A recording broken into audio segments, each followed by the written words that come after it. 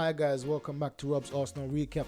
Did someone say future Arsenal captain? Did someone say future England captain? We're going to take a deep dive into Declan Rice's match against Fulham. Let's see how he performed, how he done what he done, and why he done it so well. This is the reason why we need a player like Declan Rice. For years, we've been Arsenal fans. I've been crying out for a player like Declan Rice. He was so calm, so assured in midfield. He's done so much things well, makes it looks like we weren't trying before.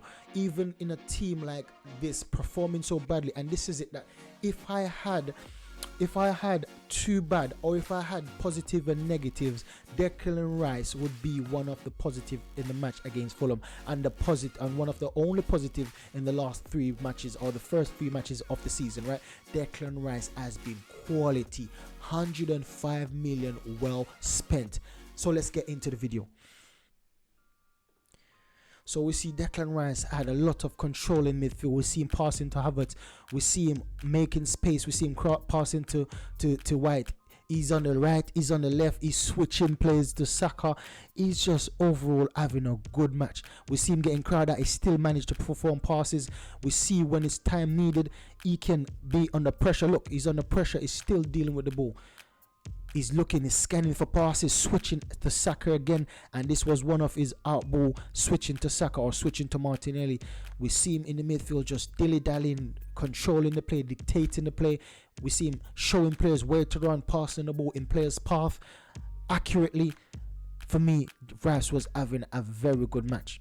And this is it, where in the second half, we saw the team starting to progress up the pitch more. Or after Fulham scored, we starting to trying to progress higher up the pitch, and that's why I've been crying out for a player like Declan Rice for years now, because the way he's so assured on the ball, he has a big frame. He's a tall player.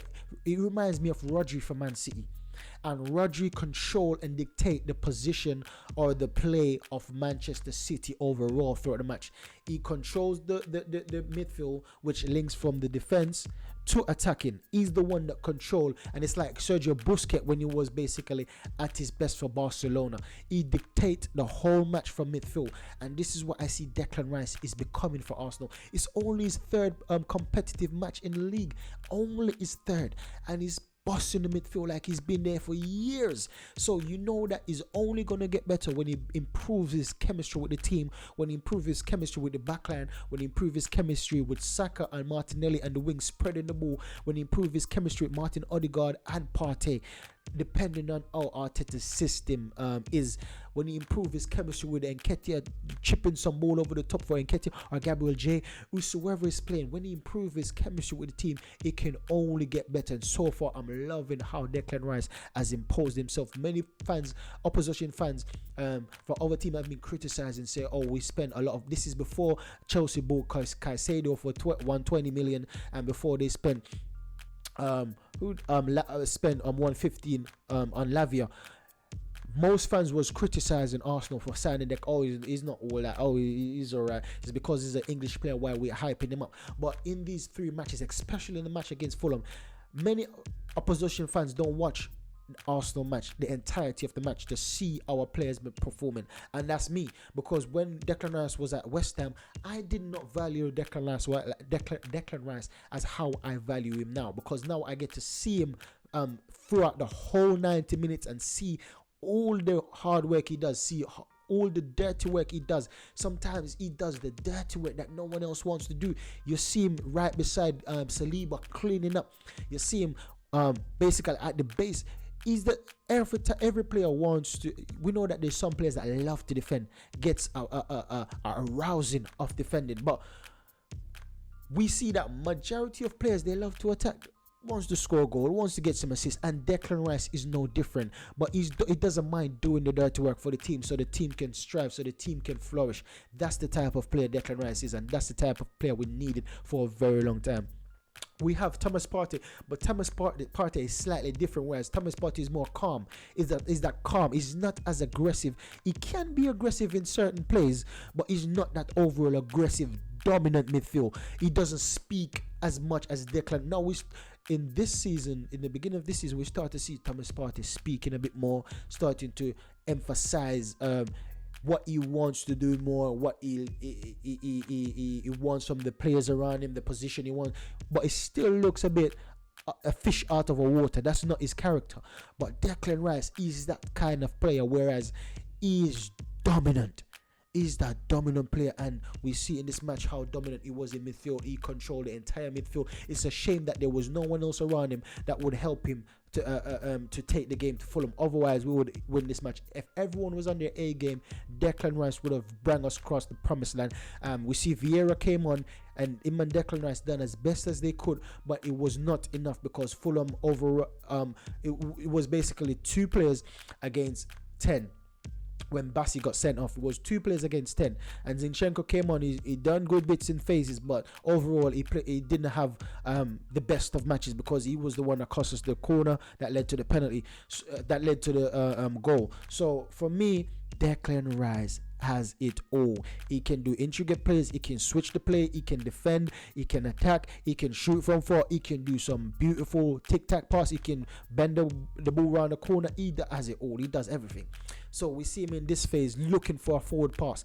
He's not the type of player like Xhaka. We see when sometimes Xhaka is in this position, he hasn't got any good right foot. So that pass that we see him doing right now to Saka, Xhaka would have tried to go back to the defender or go back to the left. But we see because Declan Rice, he's a right-footed player, so that pass was easy for him. And also, he has an okay left foot, so he's confident. He trusts his left foot if needs be to go on his left foot to make a pass or to have a shot. He's that kind of player. Now, the position he picks up where Xhaka normally is, for me, it needs a right footer always there because that position requires a right foot player to always be in that position. Where Odegaard normally is, it requires a left foot player. That's why Odegaard is perfect for that role. Now, where Rice is, if you want to take a shot, it needs a right foot player to curl the ball to the top right hand corner, right, or the bottom right hand corner. But if it was a left foot player, you would have to go cross the keeper, and going cross the keeper is giving the keeper a chance to get to have a fingertip save. However, when you curl the ball, it curls from out to in, so it goes around the keeper's hand, and that creates a better shooting opportunity for a right footer. So I believe that the position that Declan Rice has right now is only going to benefit him. The more confident he gets at taking more shots, I'm telling you, Declan Rice is going to be that player that scores 10 goals per season and have 10 assists per season minimum. Is that kind of player potentially going on in future season? Now we see him pass the ball to Saka, and that's once again we see him on the left hand side playing that Xhaka role. Right now we see him on the right. He's just everywhere, going in the middle. He's that type of player, drift everywhere. Right now we see Partey inverting right beside him. Now Partey is on the left, now he's back in the middle. They switch position based off of where they are, and we see him under pressure. He's got that quick feet. Being a big stature player, being a big frame player, he still have that quick feet. Right now he's in centre back position defending. Now, and that's another, I love the way he tackles. We see him done on Pereira. The ball's coming to Pereira, that's a good pass. But the way his legs are long, the way he's like an octopus, the way he spreads his legs out. And for me, I love the way he defends. He's always, when I'm watching him, as what I said, I didn't normally watch him for when he was playing for West Ham, but we know that when we get linked to a player, we always watch the highlights. So when I watch the highlights of him playing for West Ham, when we play against him, I see him do a bits and pieces, but I don't notice everything he does because my mind or my sight is on our player. Just like with Fulham, if I was to watch Fulham the whole entire match and just watch Fulham and not Arsenal, I would have seen lots of positives, lots of benefits from all the Fulham players. However, I don't care about Fulham. I care about only my team in this situation, and this is it. That when I see Declan Rice playing the full 90, man, is awesome. Is awesome the way he does. When you see the ball coming to Pereira, you see the pass coming to Pereira. We see he stretches his legs out, and for me, that's reminiscent of Patino or Patino tackles. Patino reminds me of Declan Rice, and hopefully going forward, Patino can be a left-footed Declan Rice because he's still young, he's still got room to grow, he's still got that huge ceiling, that huge potential to fulfill. Hopefully, is a Declan Rice, and he can only get better and learn from Declan Rice when he comes back in the team from loan next season. So we see Declan Rice passing to Partey. He's just controlling the midfield back and forth, getting the ball, doing those intricate passes between Martinelli. He's looking up for a pass, he can't find any, he just lays it off. That's the entirety of his game throughout this match. Short on the ball, asking the players, where's the movement? Asking for movement. We're seeing nice play, and you see once again Trossard did not make use of that ball. Once again, it started with Rice controlling it, beautiful pass between the lines. That pass took out about 4 players. That pass alone took out about 4 players from the match, and that's what Rice is very good at, passing between the lines. When you pass between the lines, you give our strikers an opportunity, you give our forward players opportunity, you give our attacking midfield an opportunity to go higher up the pitch at a quicker rate, at a quicker pace, and that's what Rice was doing throughout the entirety of the match. So let's just have a quick look at his stats for the match. So we see Declan Rice as consistently be getting 7. First match he got 7.5 against Nottingham Forest. The second match he got 7.3, and this match he got 7.3. I believe that he should have got a higher score, but we settled with a 7.3. We see his heat map was awesome. His heat map was awesome. It was all over the place. It was defending. It was at the left side centre mid. It was at the right side centre mid. Sometimes he find himself in left side attacking mid. That position I said is good for his right foot curl. We see him all over the place on his heat map. That heat map look beautiful. That looks nice and sexy, that heat map. I love to see that heat map. And he played 89 minutes, and that shows the confidence that Arteta had in him, because most players did not, especially in midfield and in attacking areas, not talking about defenders, in midfield and attacking areas, most players got taken off quickly. But we see Declan Rice is one of the last players to get taken off because he was having such a good match. In the match against Crystal Palace, we see Declan Rice came off a bit quicker, right? Because we needed, Arteta needed to change things. Declan Rice wasn't having the best of games comparing to the match that he had now. It wasn't a bad match. However, this match was so much more convincing than the match against Crystal Palace, especially in that second half against Crystal Palace. Now we see that his expected assists is 0.07, his touches is 84, his accurate passes is 68 out of 71, which is a 96%. He didn't have a key pass, he didn't have any crosses. Long balls was 5 and accurate ones were 4. His ground duels were 6, and he won 5 of his ground duels, which is awesome for his position. He's a defensive mid slash centre mid throughout the whole match, and he had to defend a lot. And his ground duel shows how much of a threat he was defensively in that midfield. Aerial duels he needs to improve on. There was 2 aerial duels and he lost both of them. He needs to improve in that, especially for being a tall player. So it's not that he's the perfect player right now, but potentially he can be that perfect midfield for us. That's the only fault I have to say with him. For a tall player like him, and he's very tall, for a tall player like him, he should not be missing out. And if you have 2 aerial duels, at least win one. And that's for a team like Arsenal. We can't be basically saying, okay, that's nothing. He's 186 centimeters. For a team like Arsenal, we can't just say, okay, that's how we give. Sometimes we have to be demanding of our players. So I'm praising him. For me, he's the second best player in the match. Vieira first, and I'm praising him. However, he's still gonna get criticized because once again we need to